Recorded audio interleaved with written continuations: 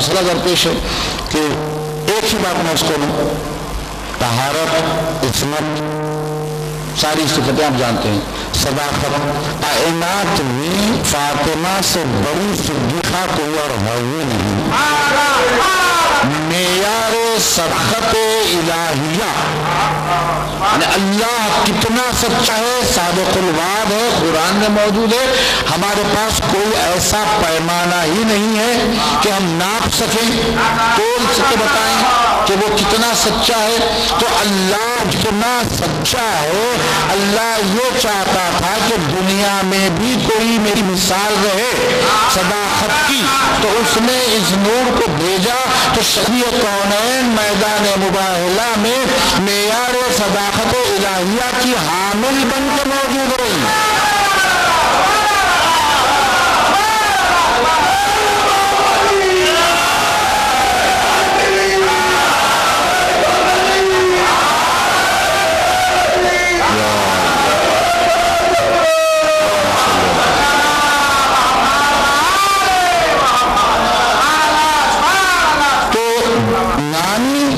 مرتبے کی حامل ہے کہ ایک صفت کا ذکر کر رہا ہوں ورنہ ساری صفتوں کا یہی عالم ہے. مولا کائنات کا کیا کہنا؟ مولا کائنات اس وجود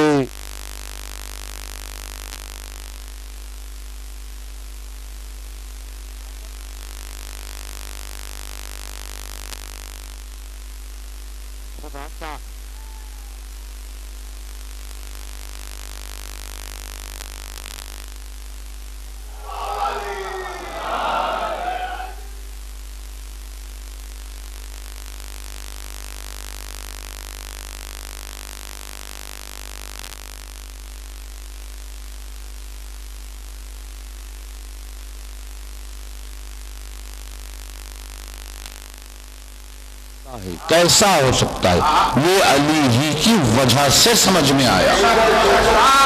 تو نانا ہے تو وہ کہ جو تعارف الہی کا باعث بنے، اللہ کو متعارف کرانے والا علی ہے. نانا وہ جو تعارف الہی کا باعث بنے، نانی وہ کہ جو صداقت و طہارت و عصمت الہیہ پر فائز ہو. تو اب ان دونوں شہزادوں کی عظمتوں کا کون اندازہ لگاؤ؟ دادا ہو تو جعفر طیار جیسا، نانا ہو تو علی مرتضیٰ جیسا. تو یہ بچے اپنے آپ میں، یہ شہزادے جو وراثت لے کر آئے تھے، تو صرف وراثت ظاہری ہی نہیں تھی، یہ بچے صداقت میں بھی وارث تھے، شجاعت میں بھی وارث تھے. شجاعت میں جعفر طیار کی شجاعت بھی تھی، علی مرتضیٰ کی شجاعت بھی تھی. ان سب کے مجموعے کا نام اول محمد.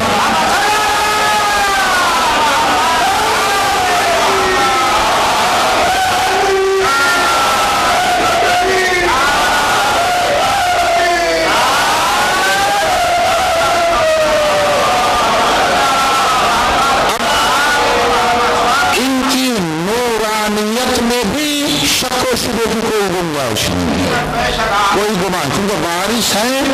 ادھر سے جعفر طیار کے وارث ہو تو نورانیت میں علی و فاطمہ کے وارث ہیں، شہزادی زینب کے وارث ہیں. وراثت میں اتنی عظیم چیزیں، اتنی عظیم مقامات لے کر جب یہ بچے آئے تو انہیں منتخب کیا گیا مقصد کربلا کی تکمیل میں ان کا حصہ ہو. تو یہی پر میں مربوط ذکر کر کے میں تمام کروں تو پھر رجس پڑھا جائے. صدر انجمن اور جو اراکین میں وہ آپ کے سامنے پیش کریں گے. اپنے آپ میں منظور خاص کیفیت رکھتا ہے رجس. مجھے یہ عرض کرنا ہے کہ جہاں اتنی وراثتوں کا ذکر میں نے کیا، وہاں ایک اور وراثت بھی ہے. ان شہزادوں کی فضیلتوں میں ایک فضیلت یہ بھی ہے کہ ان کے ماموں عباس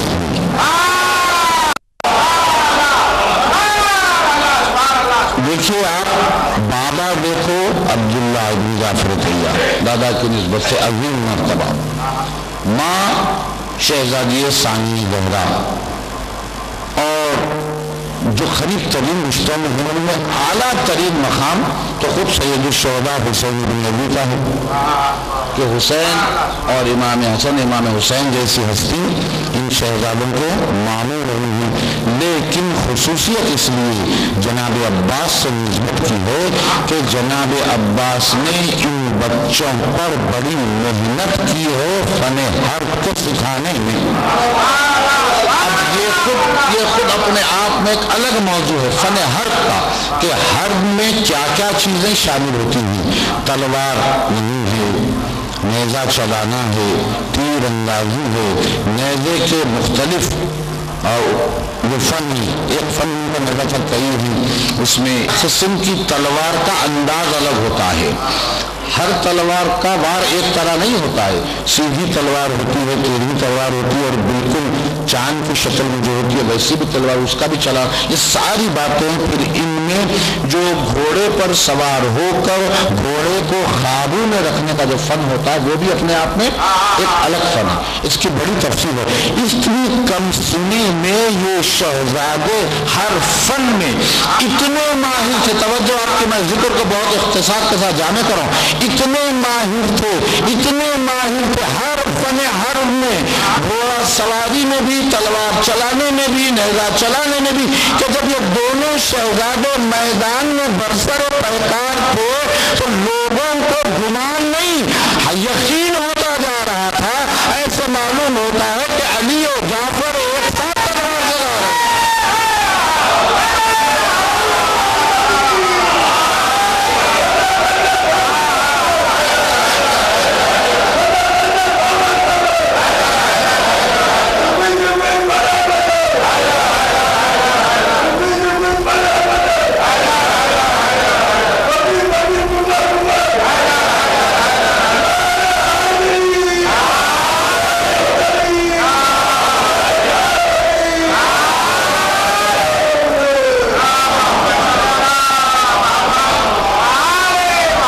جس انداز سے تلوار چل رہی تھی میدان میں، ایسے معلوم ہوتا تھا کہ ان کے گھوڑے ہوا کے گوشت پہ چل رہے،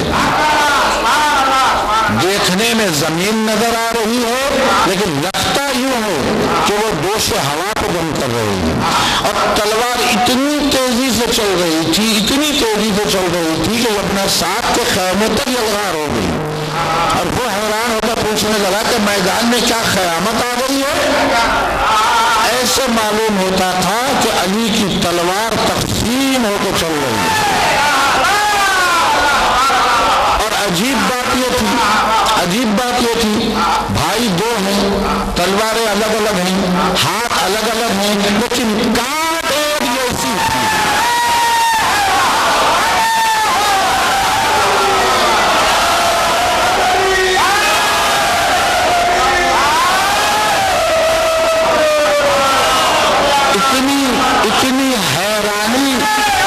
اتنی حیرانی اور تعجب کی بات تھی۔ میں ایک بات آپ کے سامنے عرض کروں، آپ یقیناً محظوظ ہوں گے، توجہ فرمائیں، اتنی حیرانی اور تعجب کی بات تھی کہ دونوں بھائی تلوار چلا رہے تھے، کاٹ اتنی ایک جیسی تھی کہ ختم ہو جانے کے بعد کوئی یہ طے نہیں کر پا سکتا تھا کہ عام نے کسے قتل کیا ہے، محمد نے کسے قتل کیا ہے۔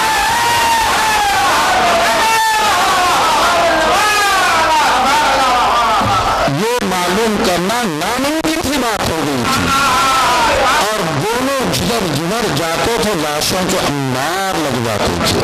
اتنی معرکے کی جنگ میں بس یہیں پہ ایک عظیم مرتبے کو ان کے میں چند لفظوں میں عرض کر کے ذکر تمام کروں کہ یہ تو ان کی شجاعت اور بہادری تھی کہ شہزادی زینب جیسی بیوی نے ایک بات کہی تھی، تو یہ بات ان بچوں کی شجاعت پر دلیل ہے اور ایک صداقت نامہ ہے شہزادی کی جانب سے۔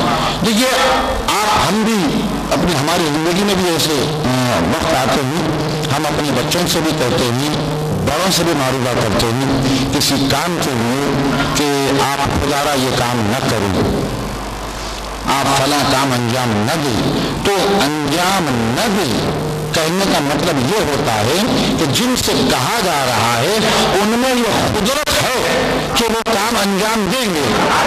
کبھی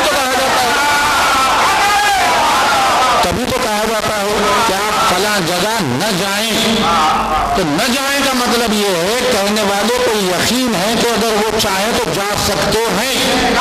تو جناب زینب نے جو اپنے بچوں سے کہا یہ جو تلوار چلا کے الگ شجاعت کو ثابت کیا آپ نے, صبر کر کے الگ شجاعت کو ثابت کیا آپ نے, کیونکہ شجاعت بغیر صبر کا کوئی معنی نہیں رکھتی ہے. ضبط شجاعت کا نام ہی شجاعت ہے. 3 دن کی بھوک اور پیاس میں اگر یہ شہزادے چاہتے, توجہ ذکر تمام, اگر یہ شہزادے چاہتے تو خیمے سے نکلنے کے بعد چشم زدن میں فرات کو موجود ہوتے. ارے جس کے استاد کی آمد کو دیکھ کر پوری فوجیں فرات کے کنارے سے بھاگ گئی ہوں, ان کے شاگردوں کی ہاتھوں میں برینا تلوار دیکھ کے کہاں ٹک سکتے تھے وہ لوگ.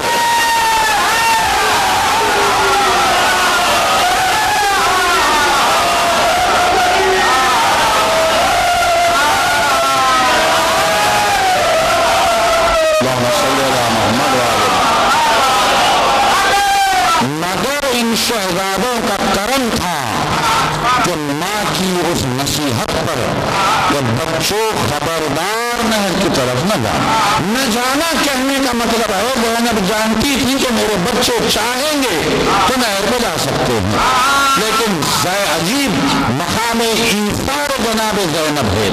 ایثار و قربانی جناب زینب نے یہ گوارا نہ کیا کہ میرے بچے نہر کی طرف بھی جائیں. تو ان شہزادوں نے اس معرکے کی جنگ میں اس نصیحت کا خیال رکھ کے جو نہر کا رخ نہ کیا اور میدان میں خیانت بتا کر دی, یہ ثابت کر دیا کہ ہم ہی وراثت الہیہ کے حامل ہیں. یہ جو سلسلہ ہمارا اجداد سے چلا آ رہا ہے اور انہی شہزادوں نے اپنے معرکے سے اپنے پدر بزرگوار اور اپنی مادر گرامی کے جذبہ قربانی کو ثابت کر دیا. اسی لیے ان شہزادوں کا بڑا حق ہے کہ ان کا ماتم بھی کیا جائے, ان کی خوشی بھی منائی جائے. میں یہی کہوں گا کہ جہاں جو حضرات ان شہزادوں کو ذکر کا اہتمام کرتے ہیں, صرف یہ ایک انجمن نہیں, انجمن تو کرتی ہی ہے, سے ہٹتے بھی پروردگار کو توفیقات میں اضافہ کرے. انہیں کوئی غم نہ ہو سوائے غم حسین کے, اور شہزادی زینب کی گولی کے پالوں کے طفیل میں ان کے بچے پروان چڑھیں, عزادار و ماتمدار بن کے نکلیں. صلوات شریف فرمائیں.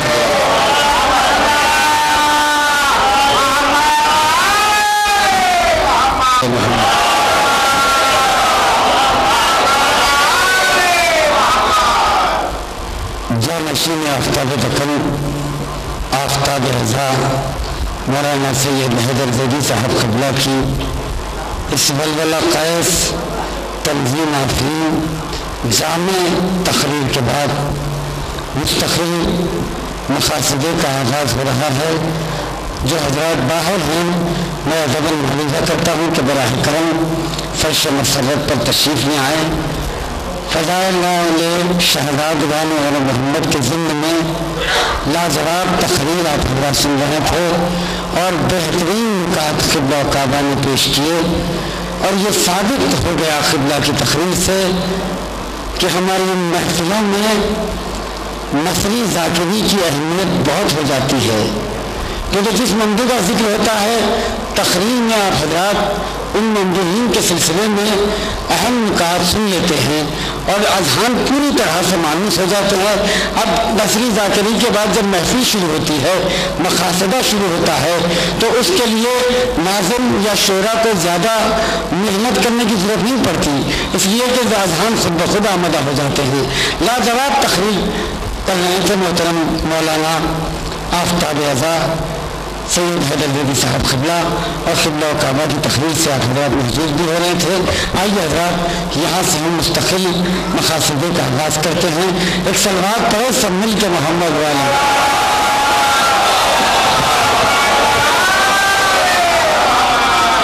اور یہ بات بھی آپ حضرات کو گزار کر دوں کہ مہمان شعراء جن کے نام لکھے گئے تھے، اعلان کیا گیا تھا، الحمدللہ وہ سب کے سب حاضر ہیں۔ انشاءاللہ آپ حضرات اس نورانی محفل سے بہت محفوظ ہوں گے، اور مقامی شعراء حضرات کی فہرست بھی جیسا کہ آپ جانتے ہیں کہ بہت ہی مختصر سی ہوتی ہے، اور میں بھی شعراء حضرات اور آپ حضرات کے درمیان نظامت کے ضمن میں زیادہ دیر تک حائل نہیں رہوں گا۔ ایک سلوات پڑھے سب مل کے محمد والا۔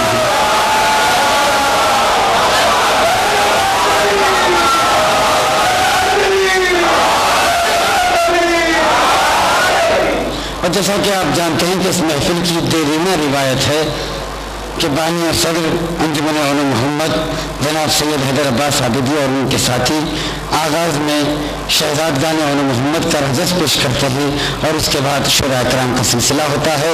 تو صرف ایک خطے کے ذریعے میں آواز دینے جا رہا ہوں بانی صدر انجمن علماء محمد کو، کیونکہ رجس پیش کیا جا رہا ہے تو شہزادگان علماء محمد کی جلالت اور شجاعت کے حوالے سے صرف یہ 4 مصرے بارہا سنے ہوئے ہیں، لیکن جب بھی یہ محفل ہوتی ہے اور یہ 4 مصرے دہرائے جاتے ہیں تو ایسے لگتا ہے کہ جیسے پہلی مرتبہ پڑھے جا رہے ہیں کہ آغوش حق کے پالوں نے میدان الٹ دیا، آغوش حق کے پالوں نے میدان الٹ دیا، اور 2 ہاشمی جیالوں نے میدان الٹ دیا۔ آغوش حق کے پالوں نے میدان الٹ دیا، 2 ہاشمی جیالوں نے میدان الٹ دیا، تو بھاگی جو رن سے فوج تو عباس بول اٹھے، زینب کے نونے حالوں نے میدان الٹ دیا، زینب کے نونے حالوں نے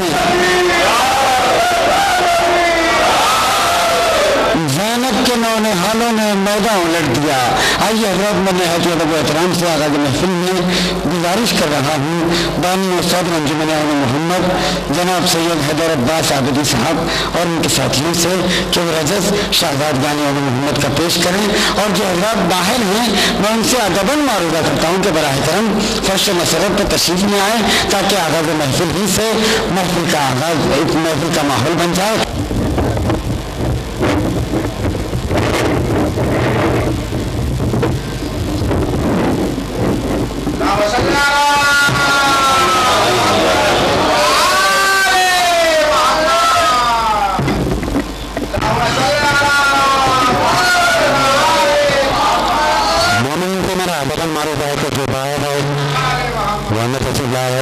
تاکہ ہماری ہمت افزائی ہو، ٹھہرے ہیں ان سے ہی معلوم ہے کہ تھوڑا اوپر آ جائیں آپ لوگ تاکہ ماحول بنا رہے، کیونکہ محفل ہو یا محفل اعضا ہو یا محفل مسرت ہو، ہمارا عقیدہ ہے کہ پدیدن پاک شہد کون انتہا محفلین علیہ الصلوۃ والسلام تشریف لاتے ہیں، تو آپ لوگ بھی آ جائیں۔ ہمیں یقین ہے کہ نورانی سواریاں آ گئی ہیں، آپ لوگ بھی اوپر آ جائیں تاکہ ماحول بنا رہے نبھا کا اور ہماری بھی ہمت افزائی رہے۔ تمام مومنین جو باہر بھی ٹھہرے ہیں ان کو میرا ادب معاوضہ ہے کہ وہ اوپر آ جائیں تاکہ ہم بجٹ شروع کریں۔ صلوات علی محمد و آل محمد۔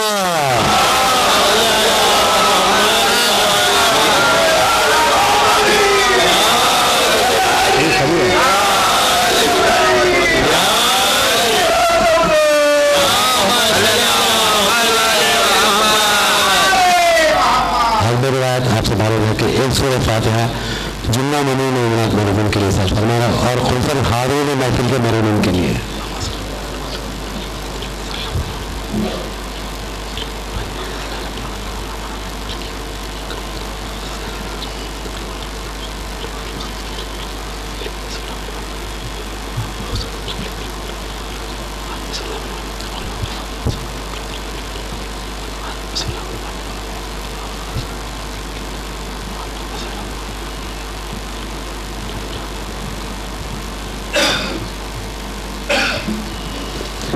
سورہ فاتحہ علامہ سید اختر صاحب قبلہ مرحوم، سید الشعراء حضرت سید شہیدی صاحب قبلہ مرحوم، انجمن کے سابقہ نائب صدر حیدر علی صاحب المعروف حیدر فدا صاحب مرحوم، اور سید قادری حسین عابدی مرحوم، سید علی نسبت عابدی مرحوم، اور جملہ مومنین کے لیے پھر سر فرما دیجیے۔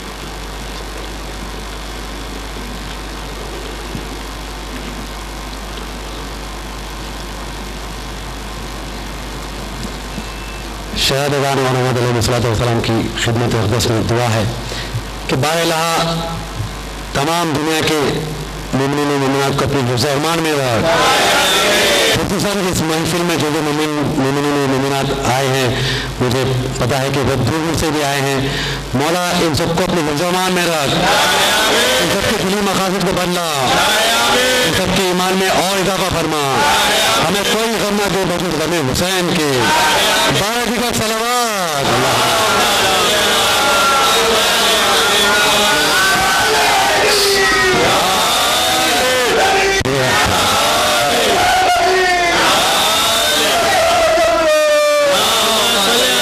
ہیں،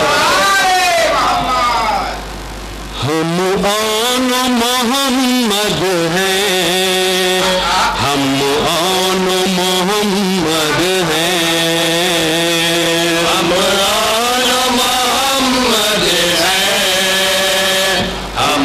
آن محمد ہیں، ہم آن محمد ہیں، ہم آن محمد ہیں،